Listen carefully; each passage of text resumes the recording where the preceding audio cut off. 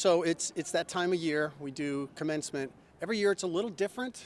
This year it's kind of similar to last year. We had 3 ceremonies on Thursday. We have 3 ceremonies on Friday, 3 ceremonies on Saturday.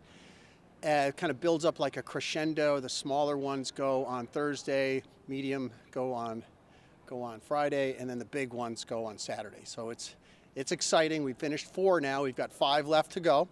And so far, everything has gone very smoothly. We had a huge thunderstorm during the last ceremony, but it all ended and people were able to get out. The speakers have been outstanding. I shake all the students' hands as they come across the stage. Did 888 in the last one. And I think my total now since I've been here is just about to cross 50,000 hands that I get to shake. So it's exciting and it's fun. Looking forward to the next one. I don't ever get tired of this. I could probably do this for at least one more day. You know this question is coming. Let's talk about the significance of this being your last as president. Well, you know, it is interesting because it is like, so I gave you the analogy of putting on your gear before a big game. You take it one play at a time. You do it one possession at a time in hockey. You do it one shift at a time in hockey, one play at a time, one inning at a time, whatever it is, you just do it one at a time. And so right now I am so immersed in what's happening right now. You know, there's a little bit of me that says, gee, look what we've just done. You know, these 13 years and 50,000 students that have come across the stage. And that's amazing. And it feels great to have done that.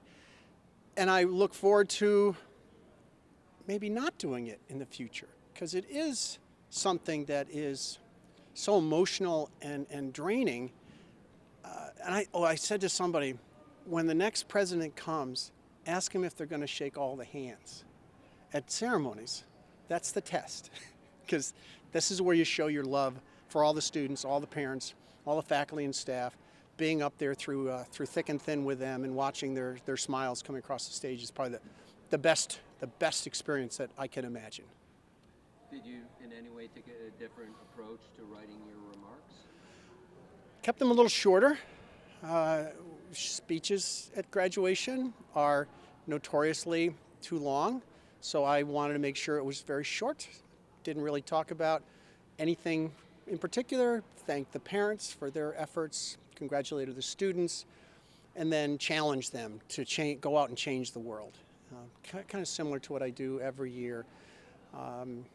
And at the end, I just love the crescendo of applause and feet stamping and the excitement when they get to take their tassel from the right to the left. I think it's right to the left. Your time there, how great it's been to see the school grow. Well, you can feel it during commencement ceremonies, for sure. That last one, 888 students, and it was really sold out. We had to bring in some extra chairs for the students because the way that they have to be separated by major. So you feel it here.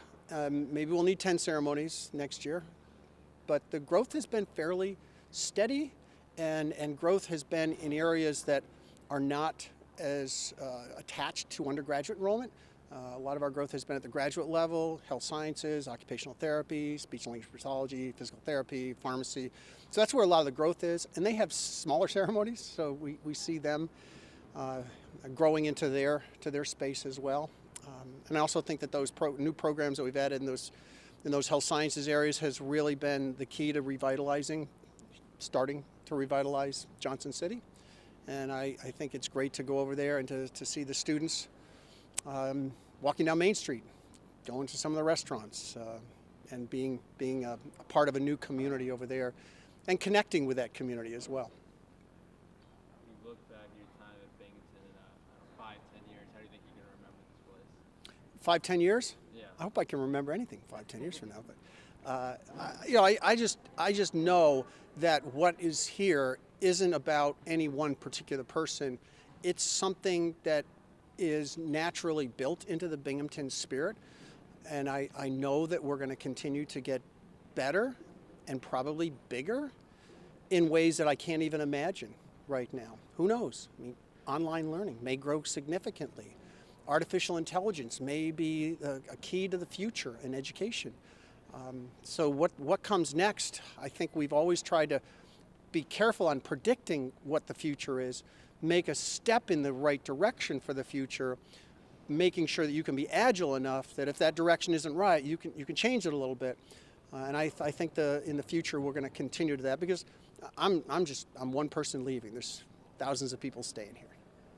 Knowing that this is a prestigious public school and knowing that it's not necessarily easy to get into, when you look out at these students, do you see the future of our country? I mean, I don't want to get cheesy here, but these are some of the best and brightest about to embark on their careers. Yeah. And if you listen to the student speeches, and every ceremony has at least one, sometimes two, I think one had 3 student speeches, you listen to their optimism and their desire to go out and do something, but they always come back and say, it's not about your title, it's not about your salary, it's about your impact. And that's from the student speakers, who are chosen by a group of people who want to represent what they believe the student body is thinking of. And I think that that's here. I think we really have students who they're looking forward to getting a job. They probably have some student loans. They probably don't want to live back at home, and so that they're out there. They're going to have excellent jobs, and they will always want to have an impact. I believe that something here at Binghamton makes them think that way. I think it's the faculty. It's built into our culture in the faculty that service is as important as anything else that we teach and the students learn. Going a bit off topic, the sports side of your time here, how much of that priority was it to grow that field? Well, I love sports, and best part about sports is what I love is that when we win. So winning is important, and I have worked closely with Gene Marshall to say, Gene, if our teams are doing well, I want to know who they are, because I want to help them. And I can circle softball right now, right? They're out in Oregon. I hope they got there all right. They're out in Oregon right now. 3 years ago, we gave them some extra scholarships. We renovated the stadium, and here they are in the NCAA round 1. And I think they have an excellent chance of beating Stanford in the first round game. So you do that. And then we have volleyball has done quite well. The swim team has done great. Cross country has done great. So we have seen some improvements in some of the teams, but in general, I think it's the focus on you're here to play a sport. People will be proud of you, but winning is really important. So work extra hard to make sure that you focus on that as well. And I think Gene believes that that's important. Any team or years that are one of your favorites, you would say? You know, you can't pick a kid and say they're your favorite one. The favorite story is probably my first semester here. We were 0-26, and we were playing Vermont, and they were 22-4 or something, and we beat them in that game. That was in 2012. Go back and look it up. It's unbelievable that happened. So that's probably the craziest memory. I think the one that I think about, I talk about a lot, is our women's cross country team, who has won a championship recently in the America East. But also, we have this breakfast that we celebrate every student who got a 4.0 in the previous semester. 9 of their runners this last semester had a perfect 4.0. So the moral of the story is, if you want to be smart, get good grades, you go out and run. My last sports question is, how much do you think the sports are going to expand even after you leave, but you leave an impact? No, I don't think we'll grow in terms of sports that we offer. We'll maintain the sports that we have.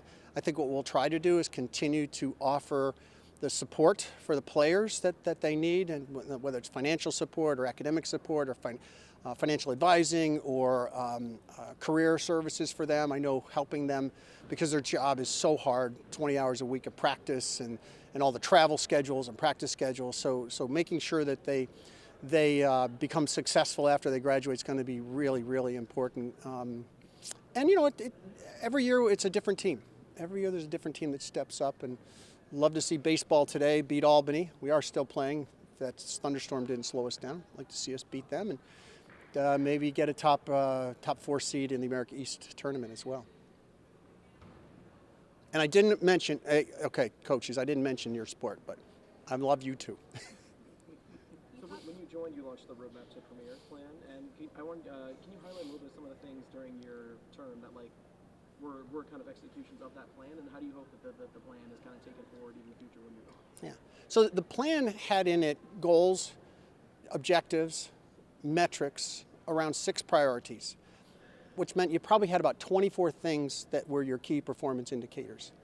And we met every 2 months, 55 people in the steering committee, every 2 months to talk about how are we doing, what projects have we launched, what improvements have we made, what's happening to our metrics.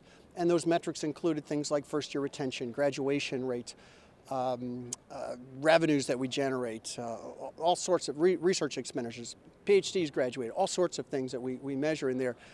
And by keeping people focused on what you're trying to measure and knowing that you have talented people, and if you give them a little bit of money, they can come up with a program that can help improve. Like, for example, we improved our freshman year retention. Looks like it's going to be about 1% higher than last year going into the fall, based on pre-registration from our current freshman class.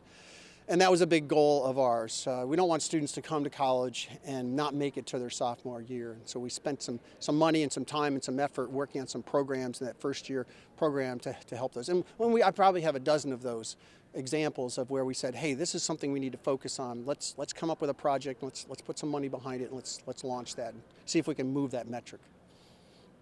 You talked a little bit about some of the new programs that have come to the university. Last year, you were named top 10 public Ivies on the Forbes list. Can you talk a little bit about how Binghamton has been able to gain such a prestigious reputation? So the metrics in that top 10 the top 10 public Ivies were student quality and student success, focused mostly on our undergraduates in the Forbes review, and I think that's great because when you think about what we're doing here, we have great research, we have great PhD programs, we have outstanding career-directed master's programs. The heart and soul is those 3,200 freshmen that come every year. Because you really have to focus on them. The state gives us a tremendous amount of support and money. They're paying tuition. They're taking out student loans. We have to make sure that they're being successful. And so I was happy to see Forbes magazine use metrics that focus on that group of people. And to be in that top 10 with Virginia and Michigan and Georgia Tech, it was outstanding. And it has always been one of our goals to be the premier public university of the 21st century. And of course, as I've said a billion times, they ranked us alphabetically, so we are the premier, #1 public university in the United States. And we did it before I left, which is so cool. Thanks. Going back to something that was asked kind of earlier before about the presidential search, how involved are you in that process? And then would you stay in the fall hypothetically if they didn't find someone to take over for you? So I'm not involved in the process. I read the emails that you probably see online. The status reports from the search firm and the search committee. I think it would be inappropriate for me to be involved in the search. I think it's really important that the faculty and the staff, the alumni, the community focus on what they think their needs are and let them make the best decision, just like they did when I was coming here, that they interviewed and they selected people. And of course, it's the SUNY Board of Trustees that makes the final example. Final decision. So I haven't been involved. If they don't find someone, would you stay in the fall? Well, they're going to find somebody. I will stay until they find somebody. That's my commitment. I'm not letting go of that office until I know the next person's coming in. I'm going to shake their hand. I'm going to say, good luck. If you have any questions, email me. What's next for you personally? What's next for you? I have a commencement at 1 o'clock. That's the way we think these days. It's too wet now.